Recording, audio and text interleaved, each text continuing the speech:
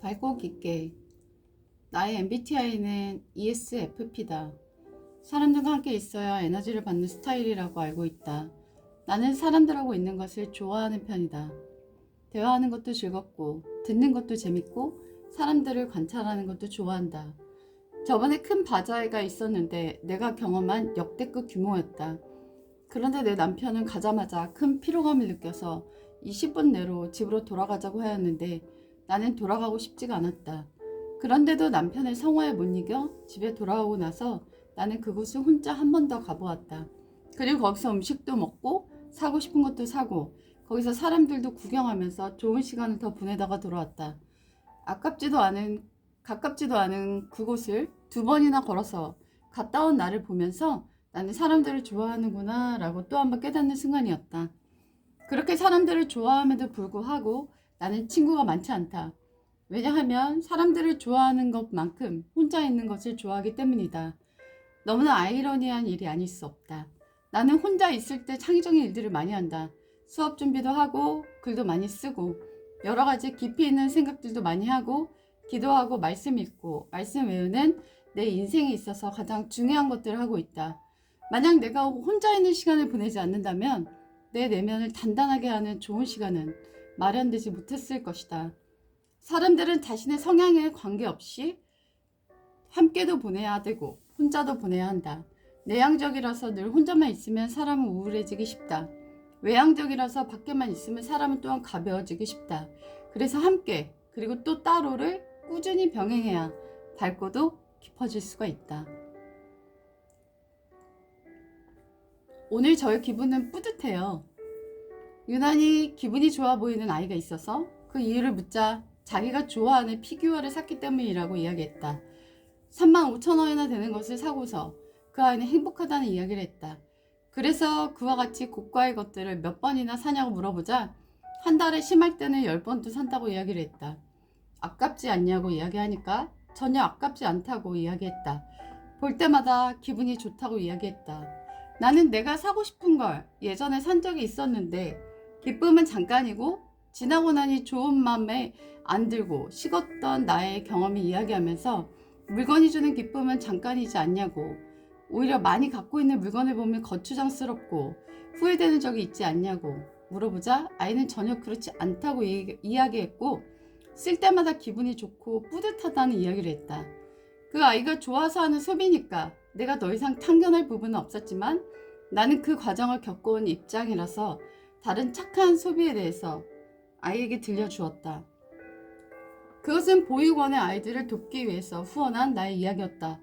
보육원의 아이들이 후원금을 받아서 좋은 곳에 놀러가고 먹고 한 사진을 소개해 주었다. 아이에게 어떠한 마음에 파동을 일으킬지는 모르겠다.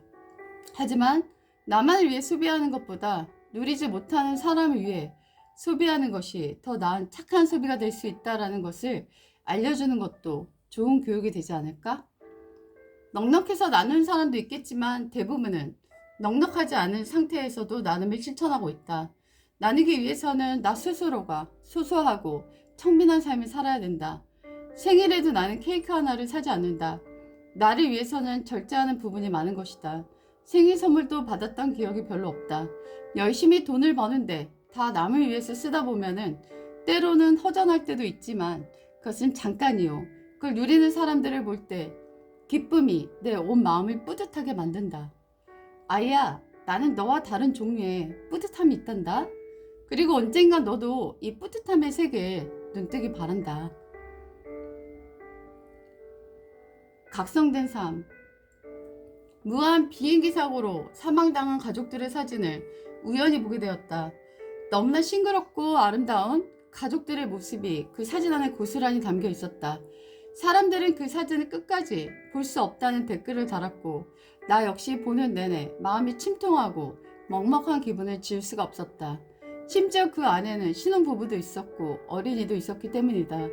그렇게 많은 사람들이 사고로 생명을 잃었는데도 언론에서도 보도되지 않고 대책이 마련되고 있지 않은 모습이 안 보여 안타까움을 금할 수가 없다.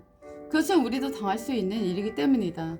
무서운 알고리즘의 힘으로 이프 올리라는 영화가 내게 추천되었다. 사고로 연인을 잃은 남자가 그 사고를 대비하기 위해 막다가 자기가 대신 죽게 되는 내용이었다. 가족과 사랑하는 사람을 잃는 이야기는 우리 모두에게 가슴 먹먹한 고통이 아닐 수 없다. 한 유명한 개그맨이 코로나 기간에 자기가 죽을 상황에까지 놓였었는데 극적으로 살아났다는 이야기를 하는 것을 들었다. 그리고 그의 삶의 태도가 완전히 바뀌었다는 이야기를 했다. 용서하지 못할 사람이 전혀 없다는 이야기를 했으며 매번 자기가 강해하는 사람들에게 커피를 사고 있다고 했다. 아메리카노만 일괄로 사는 게 아니라 각자 학생의 취향에 맞게 메뉴를 오더받아 클래스 전부를 다 통으로 사준다고 했다. 강의료를 받는 것보다 커피비가 더 많이 든다고 이야기하는 그는 제2의 인생을 나눔으로 실천하고 있었다.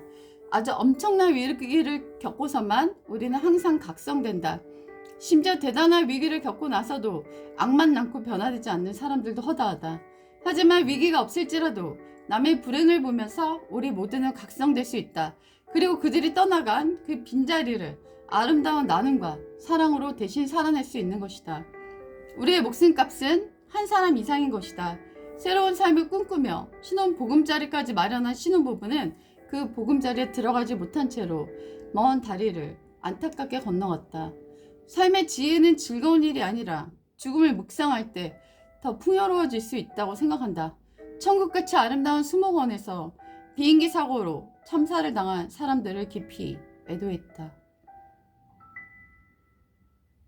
6번의 큰 갈등. 두 사람이 깊은 친밀감을 경험하기 위해서는 6번의 큰 갈등을 경험한다고 한다. 나도 그 사람과 크고 작은 갈등을 겪었다. 그리고 몇 년 동안 그 사람과 만나지 않고 있다. 나는 잘못한 사람이 사과를 해야 한다고 늘 생각해왔다. 그런 것들이 되어지지 않고서는 그 사람과의 관계를 다시 이어갈 수 없다고 생각한다. 나는 부부지간에서도 크고 작은 것에 대한 사과를 하고 산다. 그런 것이 없이는 다시 이어지기가 어렵다고 나는 생각하고 있다.